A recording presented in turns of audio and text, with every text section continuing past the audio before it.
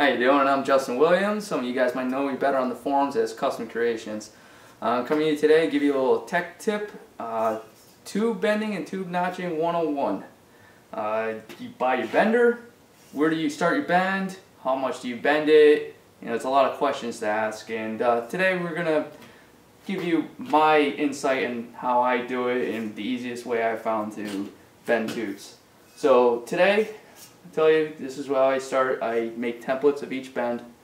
That way you can hold them up in position. I use 2 feet as a guide. You can use any number you want if you want to save a little tube, but 2 feet is just an easy number for me. Now this one's about 90 degrees, but I had to go to 106 degrees on the bend. Now 106 degrees, you have to realize that the degree ring on a tubing bender is not the degree of the actual bend of the tube. The degree ring tells you how far the die traveled. Now you have spring back, you have a bunch of other things, you have different diameter tubes, depending on what thickness, what material you're using. Obviously chromoly is a lot stiffer, so it's gonna have a lot more spring back.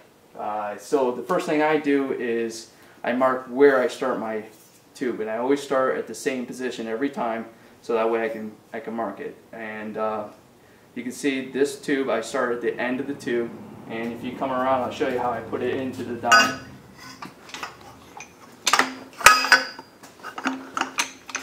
Now you can see the holding die is my reference frame. So I start right at the end of the reference, so I know that this started off as a 2-inch piece.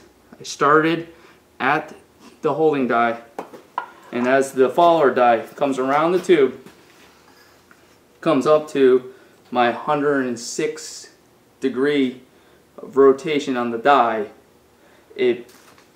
after it's done, springs back, you take it out, you will have this piece bent. You're making it, obviously it's going to be a lot longer and everything from there. But this is easy to start. Now if you want to bend around your windshield, you can measure down, you can measure across, and this is a good reference. I'll show you how quickly how a windshield can go together. Here I have a couple other dies. This one was about 37, it was another 2 feet, but I started 6 inches in. It just gives me a little bit better angle than starting right at the end. Same with this one, 65. Now, if you can imagine a car here, this was my windshield coming up, my A-pillar, my windshield. Now, I had one customer that wanted the roll cage to go back, so you can see how I went there, and now you can change the height, and you know where to start your bend by measuring off. So you hold this one here, usually you need an assistant to hold it in place, but if you get good, you measure down, coming up to the bottom, coming up to another 6 inches, that's where you start, go 37 degrees on your bend, measure from here, it's 2 feet from the end, so now you adjust, either subtract or you add your tube to wherever you need it. Then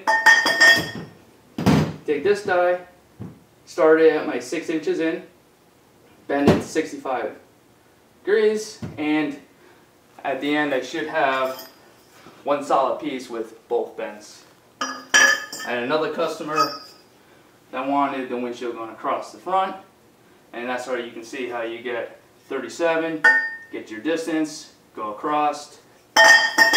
Then at that point you can measure to the center of your car or to a reference frame, go to the other side, start your bends all over again. Joining tubes together, in case you ever mess up a tube, or you need to join 2 tubes together, or have some complicated bends, the easiest way I find to put tubes together is by having a little tube on the inside that telescopes on the inside. Fits nice and snug. If you can't get one that telescopes on the inside, another way of doing it is to cut the same piece you're doing, cut a section out, put it in the vise or anything, clamp it down, you can get it to go in there. A little trick is to tack weld it so it stays in place when you go to put the second one on. Let's see how I do. There we go. Now what it does is it holds them nice and concentric. You can get your little gap there, have a nice solid weld all the way around. It's a lot easier to weld than just trying to hold two pipes together and holding them straight and trying to weld it nice and tight and everything. So, and over here I'm going to show you how to make a tube notch. The most common way is one of these tube notchers. The hole saw tube notchers are very common. You put your tube notcher in, you can set your angle, put a drill on the hole saw, and when the hole saw comes down, it cuts a nice circle out to whatever size tube that you're working with. Now these can get pricey, especially for a good one. There's another way of cutting a tube notch, and I'm going to show you how to do that. If you look at a tube notch, if you look at it just right, it's almost a straight cut. And I've seen people use chop saws, but I like the bandsaw. I think it works a little bit better. So now if I'm going to take this notch, I just make it a little bit easier on myself. There's other ways of creating a little template for you. You can use a piece of cardboard. There's a device out there, I think it's called a Pipe Master.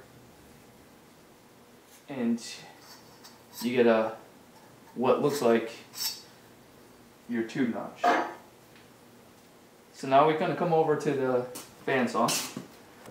See, obviously the tube notch is a nice sweep cut. Looks like a hole for the tube. But if you look at it just right, it's almost straight. A little bit of a sweep as you cut it comes out pretty nice. So start cutting.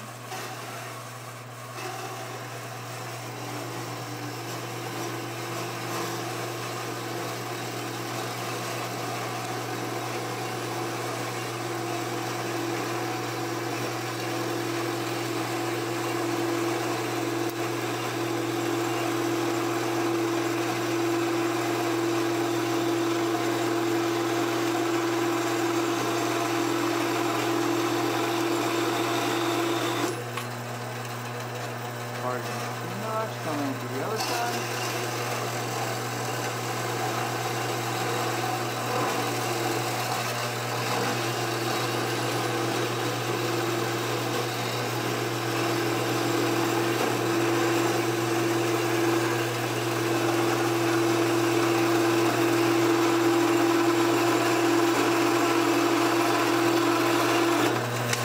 Now you can see that's for a 90-degree tubing notch. You can see it almost fits on there pretty good as it is.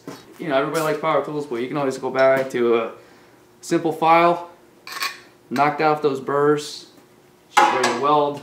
I like my friend here, the belt sander, come up top.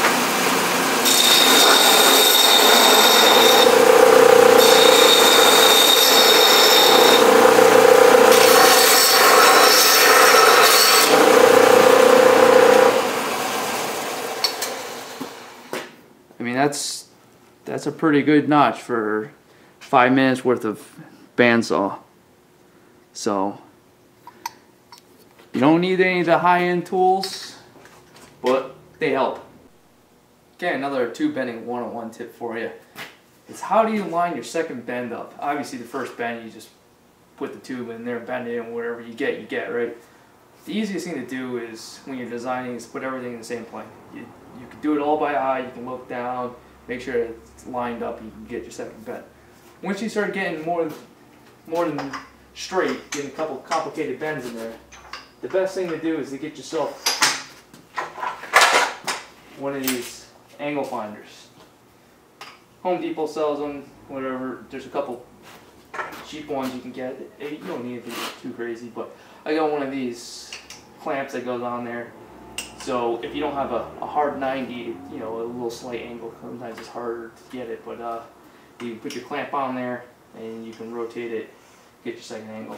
One good thing to remember is your angle, your bend is going to be based off the angle of your die. So put your angle finder on your die.